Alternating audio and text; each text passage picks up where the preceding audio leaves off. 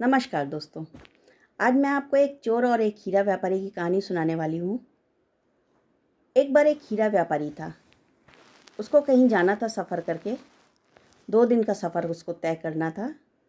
तो उसने अपने साथ कुछ सामान लिया, बैग उठाया, उसमें एक हीरे की पोटली डाली और वो रेलवे स्टेशन चला गया। रेलवे स्टेशन पहुँचते ही एक चोर की नज़र उस पर पड़ गई। चोर की नज़र उसके बैग की उस लाल पोटली पे पड़ गई जिसमें हीरे थे। अब वो चोर हीरा व्यापारी के पास आता है, उससे बातें करना शुरू कर देता है। बातों बातों में उसकी वो सारी डिटेल्स निकाल लेता है कि ये कहाँ जा रहे हैं आप, कितने दिन का सफ़र है, क्या करते हैं आप, वगैरह वगैरह क्वेश्चन उससे पूछ लेता है वो। चोर को पता चल जाता है कि ये बहुत बड़ा व्यापारी है, हो ना हो इस लाल पोटली में उसके पास हीरे ही होंगे। ये सोच के चोर उसके साथ ट्रेन में चढ़ जाता है और उसके ही पास में वो जाके सीट पे बैठ जाता है। अब चोर ये सोचता है कि जैसे ही रात होगी मैं इसकी ये हीरे की पोटली निकाल के भाग जाऊंगा।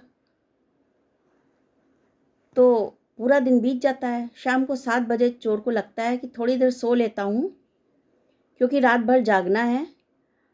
तो जब सब लोग सो जाएंगे तब मैं उठ जाऊंगा और उसकी हीरे की पोटली लेके भाग जाऊंगा। ये सोच के चोर शाम को 7 बजे सो जाता है और जैसे ही चोर सो जाता है, हीरा व्यापारी अपनी हीरे की पोटली निकाल के उसके बैग में डाल देता है और वो निश्चिंती से बैठ जाता है। चोर सो रहा होता है, उसको नहीं पता है कि उसके बैग में हीरे की पोटली उस व्यापारी ने डाल दी है। रात को 11 बजता है। 11 बजे चोर इस इरादे से उठ जाता है कि अब तो सब सो गए हैं, अब मैं वो पोटली ले लूँगा आराम से। चोर व्यापारी के बैग की तलाशी लेना शुरू कर देता है। जो भी सामान उसके पास था सब में वो ढूंढ लेता है, उसको वो पोटली नज़र नहीं आती है। इसमें सामानों में उसने ढूंढना जो शुरू किया था वो ढूंढते ढूंढते पूरी रात निकल जाती है। सुबह का 4 बज जाता है। तो चोर को थोड़ा सा डर लगने लगता है कि कहीं सब लोग जाग ना जाएं, फिर वो पकड़ा जाएगा। ये सोच के वो आराम से लेट जाता है और सोचता है कि अगले दिन फिर से वो चोरी करने की कोशिश करेगा, सामानों में ढूंढने की कोशिश करेगा। ये सोच के चोर सुबह सो जाता है। अब हीरा व्यापारी सुबह 6 बजे उठता है और चोर के बैग में से पोटली निकाल के वापस अपने बैग में डाल लेता है।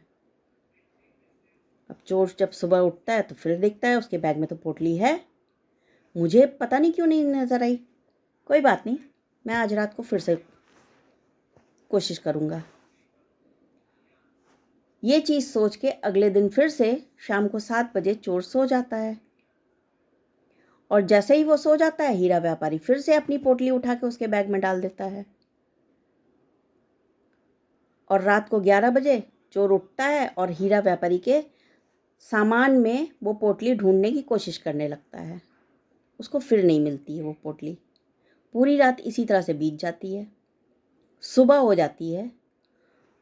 सुबह के समय फिर चोर सोचता है अब सबके उठने का टाइम हो रहा है, क्यों ना नींद ही पूरी कर लें। हीरा तो मिला नहीं तो नींद ही पूरी कर लेते हैं।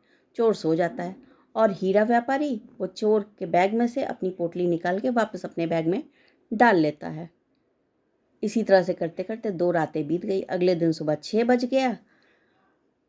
चोर भी ट्रेन से उतर गया और वो हीरा व्यापारी भी ट्रेन से उतर गए। दोनों लोग अपने अपने रास्ते चले गए।